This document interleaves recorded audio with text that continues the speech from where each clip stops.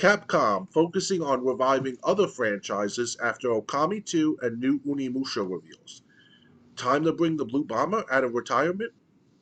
The 2000s called, and Capcom answered last week by unveiling new entries in the Okami and Unimusha series. But the company didn't seem done yet with bringing back old franchises. In fact, Capcom states it's focusing on reactivating dormant IPs alongside brand new titles going forward. A Capcom press release highlighting the reveals of Okami 2 and Unimusha: Way of the Sword at the Game Awards offers insight into the publisher's plans for the future. In addition to regularly releasing major new titles each year, Capcom is focusing on reactivating dormant IPs that haven't had a new title launch recently. The company is working to further enhance corporate value by leveraging its rich library of content, which includes reviving past IPs like Okami 2 and Unimusha: Way of the Sword, in order to continuously produce highly efficient, high quality titles.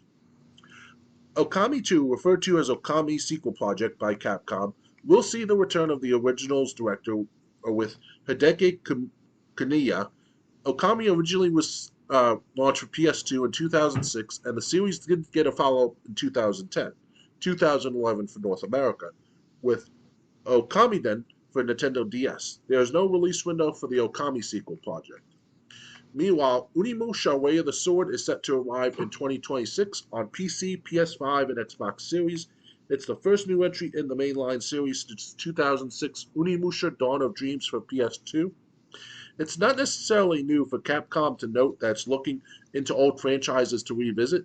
By the way, in 2019, Capcom discussed intentions to utilize dormant franchises. In addition, earlier this year, the company insisted Mega Man hasn't been forgotten, meaning the Blue Bomber could possibly see a return alongside Okami in the years ahead. So let's look at comments. Let's see. Hell Without Sin goes Breath of Fire, please. Simulator underscore Shock says in response, yes, I'm very surprised that Capcom hadn't tested the waters yet by making a BOF collection on Steam and consoles. And Brixicano goes, Code Veronica, Dino Crisis, let's go, PP. Or PPL. Yeah, I thought those were exclamation points. Okay, so Code Veronica, Dino Crisis, let's go, people. What game franchises, if any, from Capcom would you like to see them try again? If you have any. Right now, I heard that they're gonna do a Dino Crisis in the future, right? So it's hopefully. Well, no, someone was hoping that they'd do a Dino Crisis. Oh, that'd be nice though. After all these decades now, it's been 20 years almost since the last the Dino Crisis game, which is Dino Crisis 3 or Dino Crisis 4, I think it was. But I played the first Dino Crisis on the Dreamcast. I still have my copy and Dreamcast system to this day. Unfortunately, the Dino Crisis copy of Dreamcast is scratched up severely to the point I can't play on it. So it sucks. But I did bought the first and second Dino Crisis on PS1. So I heard Dino Crisis 2 was okay to play. You know, it wasn't, I mean, the same set in the same format.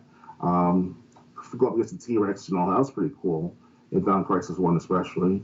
But what I hate about Dino Crisis 1 back then, I don't know about Dino Crisis 2, but Dino Crisis 1, what I hate about that was the fucking puzzles, those codes, oh my god, it was complex as fuck, James, Triple J. It's crazy. Like you have to memorize, you have to make sure to go back and forth where you get the codes and also with the panels and all. And one of the puzzles was involved with the tubing. We connect the sewage system or some sort of compressor system where it involves valves and different intricates of the other pipes and all, or this color with that color, blue, green, red, you name it. It was crazy. I think it was the first time I did that. It took me about 30 minutes to make sure I got it right. And I was like 12 years old when that happened. So I can't imagine if I could do it right now. I'm going to be better at it. But, man, it was a good experience to play Dino Crisis 1, my friend. And, I hope they'll put that same set-in format, those difficulties formatted in, because obviously in today's world, most games will now hold your hand and tell you what to do in the games in detail now. It's lackluster sometimes, and it's okay for for certain gamers if you want to put that in. But for the hardcore, long time players from the 2000s, they a lot of us gamers will definitely play the next Down Crisis game by far. Yes, especially if it was on the Xbox, PC, PS5. If it's on a PC, that'd be great. I just get to see upgrade to a different PC. That's all. So Yeah.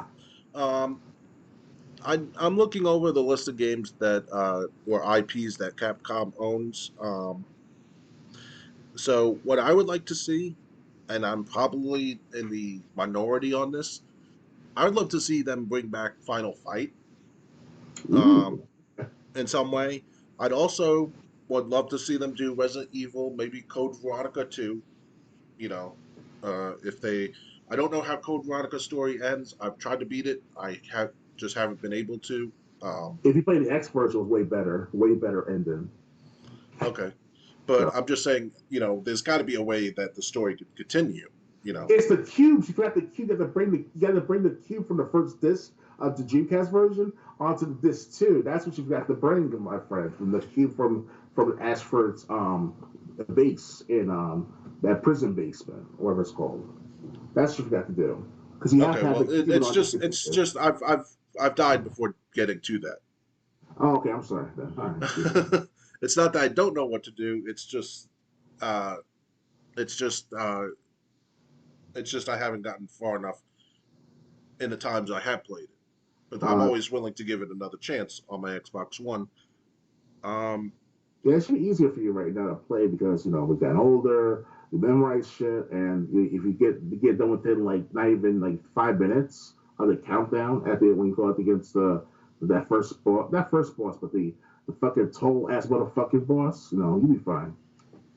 yeah, well, I had the thing where you had to get the code by like using this dial, but then like the enemy comes into that office. Mm, Unfortunately, Claire was on danger, so I couldn't like that dial thing opens like a secret passage like in the wall, but then like the monster comes in the office, and I just couldn't get around the monster, and I had no like I went as far back as I could in the game, and there were like no herbs or anything, mm. so that's as far as I made it. Um, and maybe although I really wouldn't care about this, I know they've done something recently with it. Maybe Street Fighter, maybe like a collection with like all the fighters from the past decades, if they can. Well, they have the Street Fighter collection that came out 3 4 years ago Okay, at well least. they have that, so yeah. But I would love to see something like Final Fight. Just a good old side-scrolling beat 'em up. Okay. In But I see you addition, also mentioned from earlier. I see you also mentioned about the Capcom focusing on the other games like the Okami 2 and Doom, Oni Musha. Unimusha. Yeah, I did. I heard good things about Okami. One, I played it with my mom's friend's niece. We played that for a couple of hours. That was a pretty good experience. I call it Okaname, but whatever. But also Onimusha. I heard good things about that game. I actually bought the original version back for it was on the PS2 Xbox. Well, they had it on an Xbox store for about not even like $10 on sale. So I bought that copy. And I haven't played yet, but I heard good things about the game, so I was going to play that soon later on my library. So yeah, that's a good experience I hear. So can't wait for this new game coming out. So that in the meantime, while that game's coming out next year or so, I'll make time for the original game to play that for the meantime. So